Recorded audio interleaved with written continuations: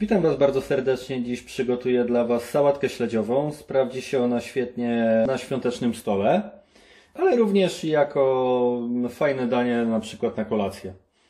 Co będzie nam potrzebne do przygotowania naszej wersji sałatki śledziowej? Pół kilo śledzia. Tutaj dodam, że jeśli ktoś lubi mniej słone śledzie, możemy je wymoczyć w mleku lub w wodzie. 6 średniej wielkości ugotowanych ziemniaków, 5 sztuk jajek ugotowanych, 200 g groszku. Ja mam dwie mniejsze cebule, może być jedna średnia, czerwone koniecznie tutaj, jedno jabłko oraz dwie czubate łyżki majonezu, jedna mała łyżeczka chrzanu oraz dwie czubate łyżeczki śmietany i sól, pieprz standardowo do smaku. Dobra, od czego zaczynamy? Na sam początek szykujemy sobie dużą miskę i zaczynamy od pokrojenia cebuli. Pamiętajmy, aby cebulę pokroić w bardzo drobną kostkę.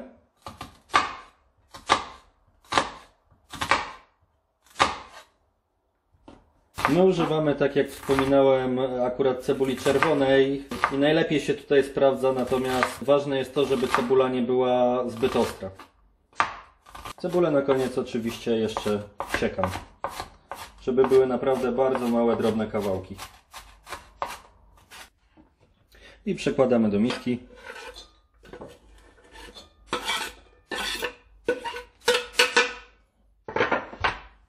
Teraz zabieramy się do krojenia śledzi.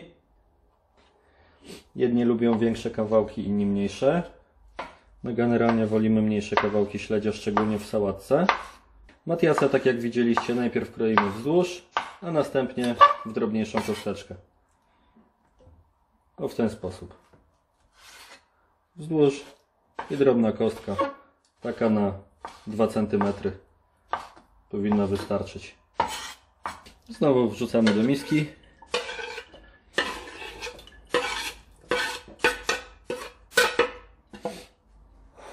A następnie już teraz będziemy bezpośrednio wszystko dorzucać do miski.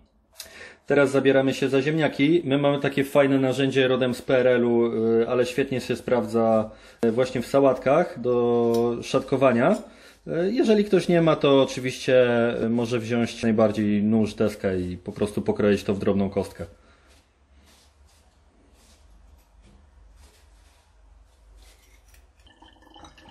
Tak samo w podobny sposób robimy z jajkiem, czyli również kroimy go w drobną kostkę.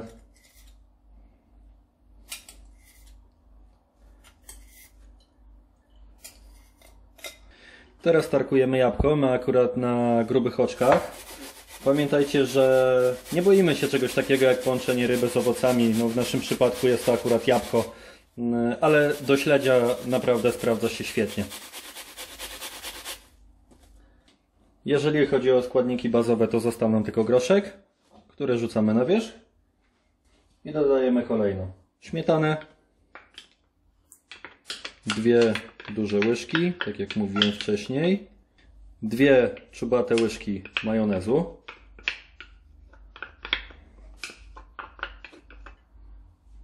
oraz dla zaostrzenia smaku jedna łyżeczka chrzanu. I to wszystko doprawiamy solą.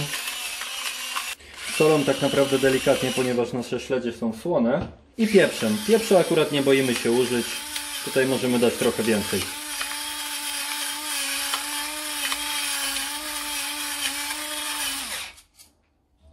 Nie pozostaje nam tak naprawdę nic innego, jak tylko i wyłącznie wymieszać sałatkę i odstawić do lodówki.